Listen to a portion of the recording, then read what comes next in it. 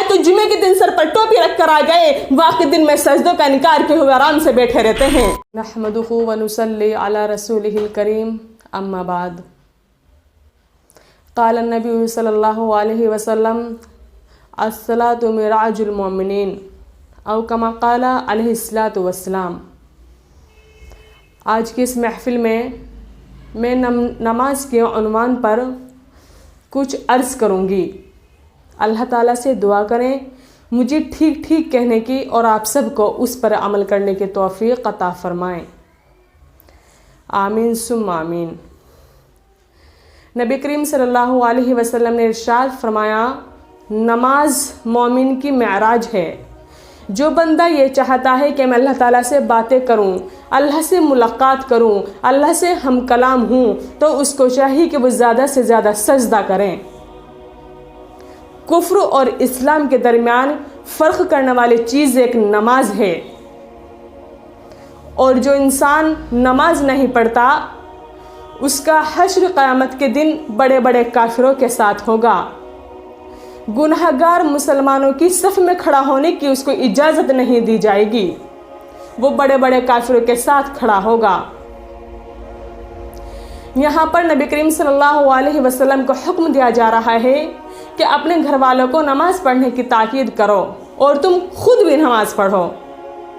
और आज हमारे घराने ऐसे हो गए हैं कि ना तो घर के बड़े नमाज पढ़ते हैं और ना छोटों को ताकीद करते हैं कि वो भी नमाज पढ़ें। हमने नमाज को भुला दिया और बेनमाजी का अंजाम फिरौन के साथ होगा, हामान के साथ होगा, शद्दाद के साथ होगा, बड़े बड़े काफिरों के साथ होगा। जिना को करना बड़ा जुर्म समझते हैं, बड़ा गुनाह समझते हैं, लेकिन नमाज छोड़ना उससे बड़ा गुनाह है। कत्ल करना बड़ा गुनाह समझते हैं, लेकिन नमाज छोड़ना उससे भी बड़ा गुनाह है। रिश्वत खाना बड़ा गुनाह समझते हैं, लेकिन नमाज छोड़ना उससे बड़ा गुनाह है। शैतान ने एक सजदे का ही तो इनकार किया था। शैतान ने कोई चोरी की थी, शराब पी थी, क्या जुमा खेला था? नहीं नहीं, शैतान ने सिर्फ इनकार किया था नमाज का, तो वो हमेशा के लिए मरदूद हो गया। और उस इंसान का क्या होगा जो एक दिन में न जाने कितने सजदों का इनकार किए हुए बैठा है। वो आराम से खाता है, आराम से बैठता है, आराम से कह के लगाता है, आराम से बिस्तर पर जाकर सोता है, तो क्या वो इस दिन से नहीं डरता कि कहीं अल्लाह ताला उसको मरदूद ना कर दे? उस दिन क्या होगा? अल्लाह ताला को वो क्या जवाब देगा? सामियात, अल्लाह ताला ने नबी करीम सल्लल्लाहु अलैहि वसल्लम को जिन आयत में तसल्ली दी हैं वो 100 से भी ज़्यादा बन गई हैं। तसल्ली इसलिए दी कि वो नबी इतना रोता था अपनी उम्मत के लिए कि कोई नबी ना रोया। वो नबी इतना तड़पा अपनी उम्मत के लिए कि कोई नबी ना तड़पा। और आज वही उम्मत उसके तरीक़ों को भुला कर बैठी है। अल्लाह ताला ने नबी को तसल्ली दी, नबी को तसल्ली देने के लिए जिब्रील को भेजना पड़ा, नबी को तसल्ली देने के लिए कुरान को भेजना पड़ा।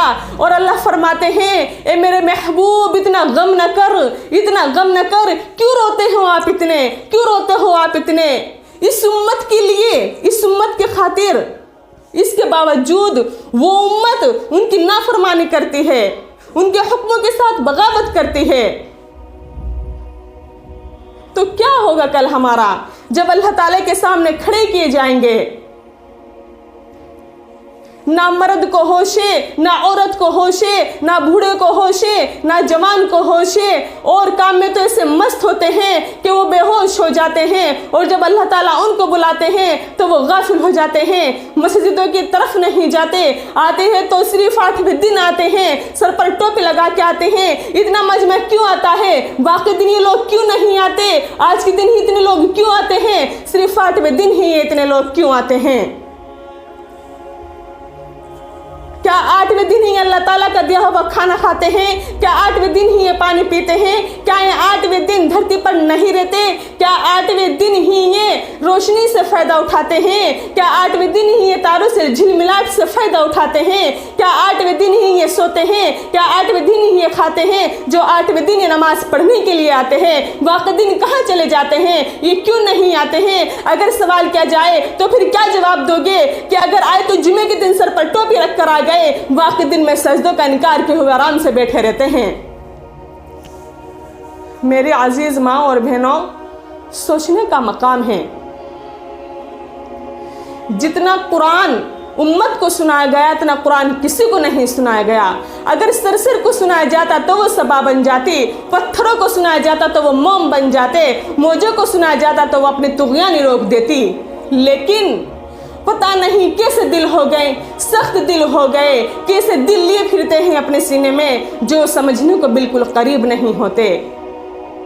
अल्लाह ताला की रहमत जोश में आती है, जमीन कहती है कि अल्लाह अगर तू इजाजत दे तो मैं इन सब को फना कर दूं।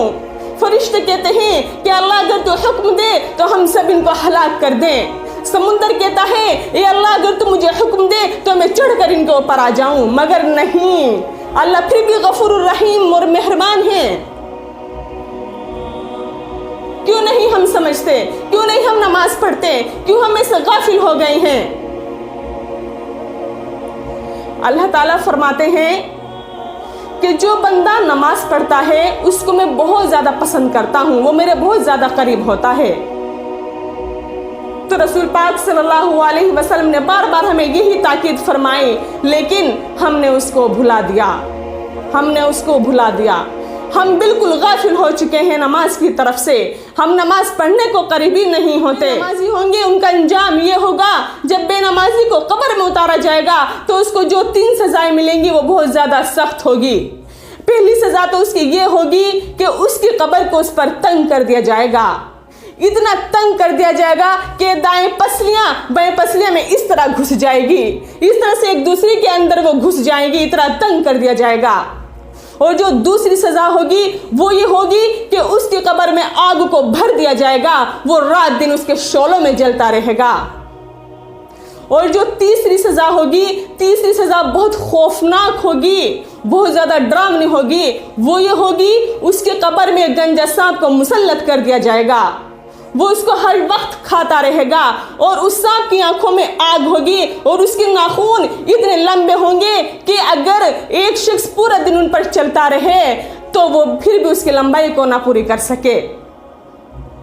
और वो कड़क आवाज में सांप उसको कहेगा बेनमाजी को कि अल्लाह ने मुझे तेरी कब्र में भेजा है इसलिए कि तू नमाज नहीं पढ़ता था। अल्लाहुम्मा हफ़िज़ना मिन ज़ालिक। कितना सख्त अजाब होगा, कितना खौफनाक अजाब होगा। वो आखिरत का मंजर कैसा होगा? सबसे पहले नमाजी का हिसाब होगा, जिसको हम भूले बैठे हैं, जिसको हम समझते नहीं हैं, समझने के करीब नहीं होते हैं। क्या होगा उस दिन?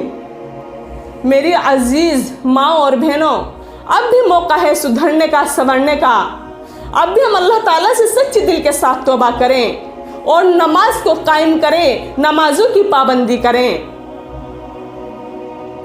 आगे फरमाते हैं कि बहाना बनाते हैं कि आया नहीं जाता, सुबह को उठा नहीं जाता, गर्मी बहुत है, सख्त सर्दी है, अंधेरे बहुत है। तो क्या वो भूल गए कब्रों के अंधेरे? क्या उन्हें कब्र के अंधेरे याद नहीं? क्या उनको कब्र की याद नहीं? क्या उनको सूरज की गर्मी याद नहीं? क्या उनको जहन्नुम का अजाब याद नहीं? क्या उनको जहन्नुम की आग याद नहीं? उन्होंने अल्लाह को भुला दिया, अल्लाह की बातों को भुला दिया, उसके कलाम को भुला दिया, रसूल की महफिल की बातों को भुला दिया, उन्होंने सब कुछ भुला दिया।